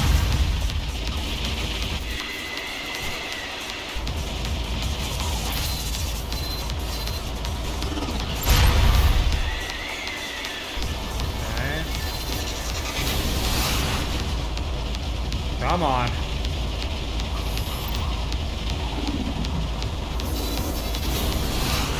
Alright, here we go. Yeah, this isn't too hard. I think I'm starting to get the hang of it. I know there's a jump coming up here that I don't particularly like, but... This isn't rocket science. This ain't Kerbal, folks. This is just press button, machine go fast.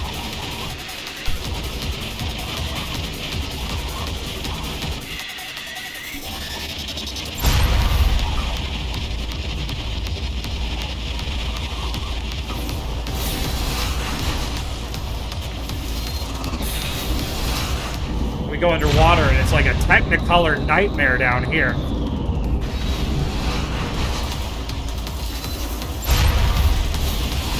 Final lap. Okay, here we go. New record.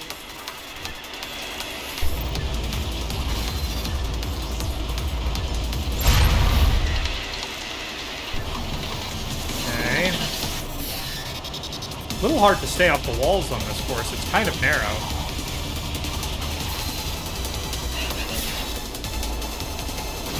Okay, give her a little more throttle. Coming down, through.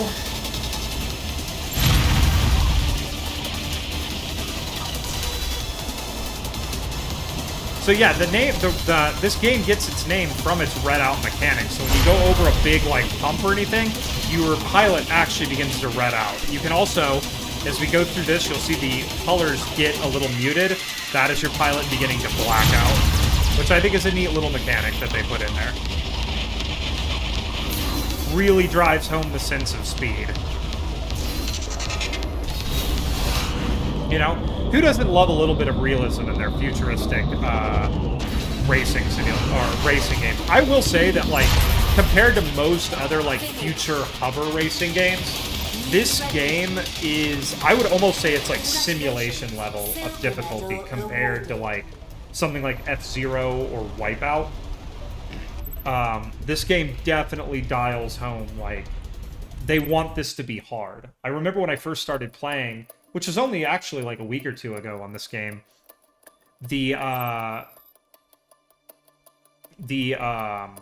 what is it called? The learning curve. There we go. God, brain no worky today. The learning curve was actually pretty steep here. You get good at it eventually, but it takes a while. Actually, that's reminds me of another racing game I will eventually play on this channel, which is Ride 5. I really like that game. I haven't played it, but I played a lot of Ride 4, and I really liked it. The learning curve there is massive. Like, the first couple races, all you do is hit the rewind button all the time, because you're always, like, off in the stands or sliding across grass. It's really hard. 2, 1, go.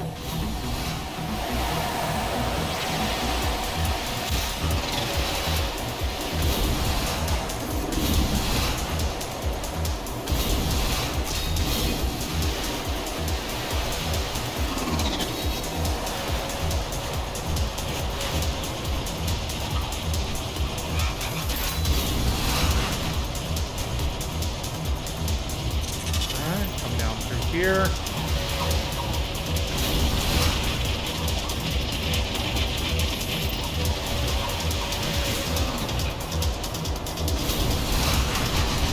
Oh, I totally forgot to talk about this on stream. Apparently, the GTA 6 trailer came out.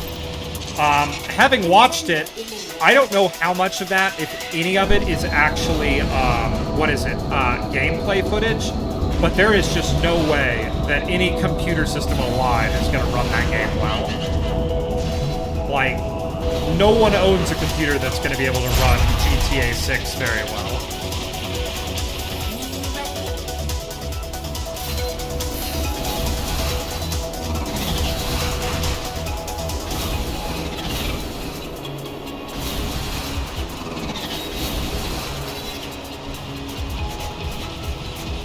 Here we go. Coming up through here.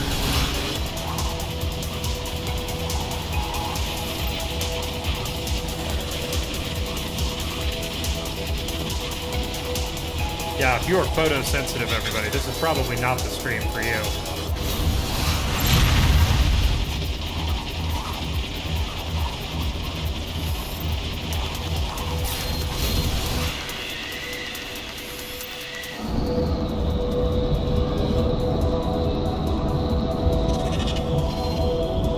Underwater effect on the music is actually pretty cool. I like that.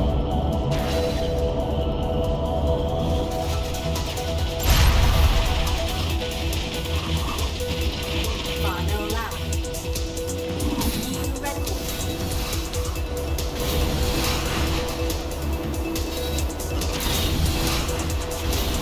I can see those two guys up there duking it out. If I can just catch them, I may be able to pass both of them really quickly while they fight. One guy's just throwing those EMP bursts out. Alright, here we go. Get past him, get past him. Come on.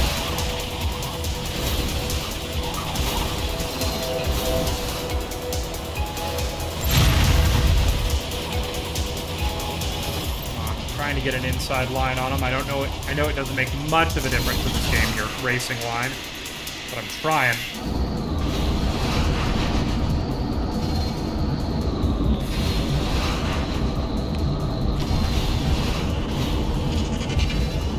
Come on, little ship. Let's go. Let's beat him. Ah! I was so close. Ah. New record. Congratulations. I was almost there. Medal awarded. Bronze is okay. Alright, I think we got time for maybe like another race, maybe two, and then I'll probably call it a day at around 2 hours, and then yeah, tomorrow we're going to be doing more Kerbal. I also want to play Frostpunk. Frostpunk's been very heavily recommended as a game I might enjoy on stream by a friend of mine. Though I've heard the survival mechanics in Frostpunk are just brutal. Like, I've heard they are just brutal survival mechanics. Oh, back to the moon. Okay, cool. Let's go ahead and knock this one out. 4 laps, and this might put us close to being done. Go.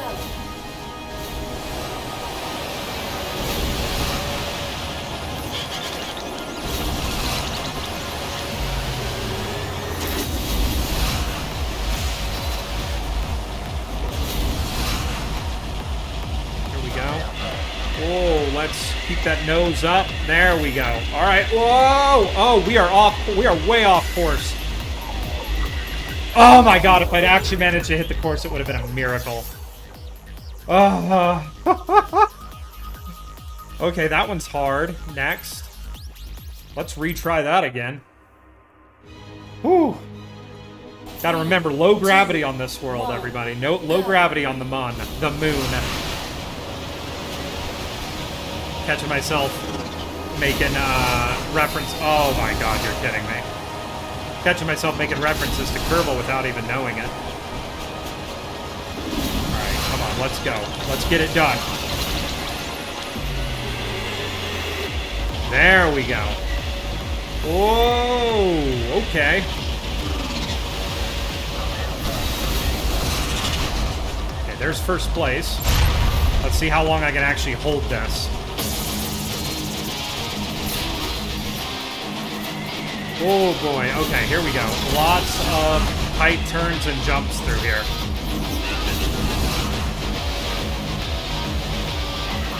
I actually don't know where most of these jumps go. Oh, okay. Coming around.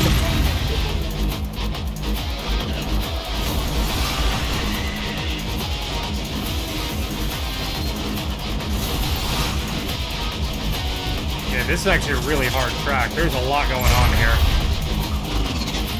Oh my god, I can't believe that's only one lap. Alright, here we go. Come on, let's go.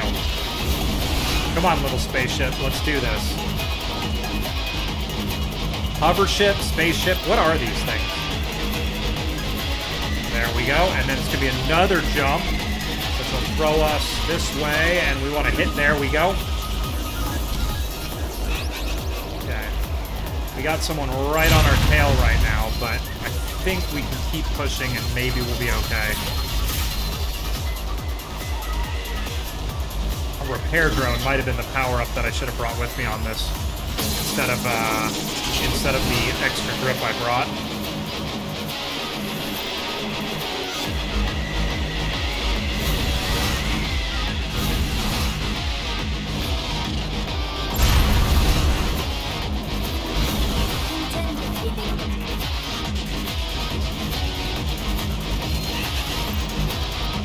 Okay, sorry, I'm getting quiet, everybody. This race is just really intense. Game is not messing around on this one. It'd also be nice to win what will probably be the last race of the day for me today. And thanks for everybody for coming and hanging out today. It's been a lot of fun. You know what? I'm not going to sign off yet because I might have to restart this race. I'm not going to sign off yet. I'm not going to jinx it.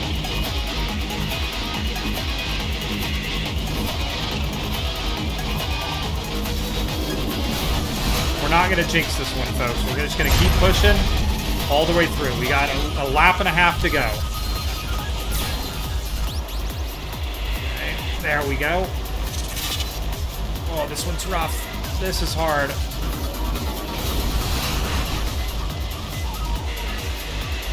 Okay, we're going to fly through here, and then we nose down just a little bit.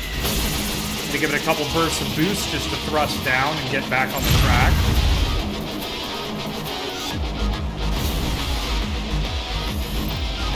I have yet to hit that boost pad at the base of that jump. I think that's killing my lap times. And I mean, I'm a bit ahead, but I am definitely not more than one mistake ahead. That guy is back there waiting on me to make a mistake. Okay, where's this big scary jump? Here we go. Okay, we want to touch this. Then we're going to jump through here and we're going to kind of thread the needle into this chicane. There we go. Brakes. Speed. Okay, go high G here for a second. Okay, we're going to do more high G stuff.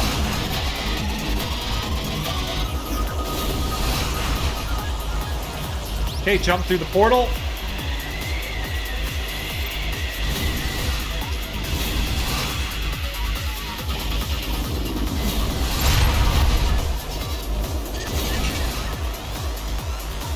Come on. There we go. Finally hit that boost pad. Alright, here we go. Through here. Boost and finished. Oh my god. Whew. Ah. Oh, that was so hard. Gold medal awarded. Oh. Yeah, I think honestly the best thing to do right now, folks, is go out on a win.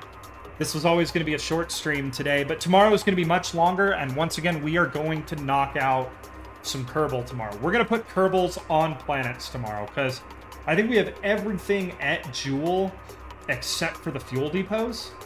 So once those are in orbit, we're going to split up our comms satellite, set a comms network up, and then just start landing Kerbals everywhere. Our Fuel Depot for Elu was 8 years out. Those poor Kerbals are going to be out there for like 15 years. But yeah, I think that's what we'll do tomorrow.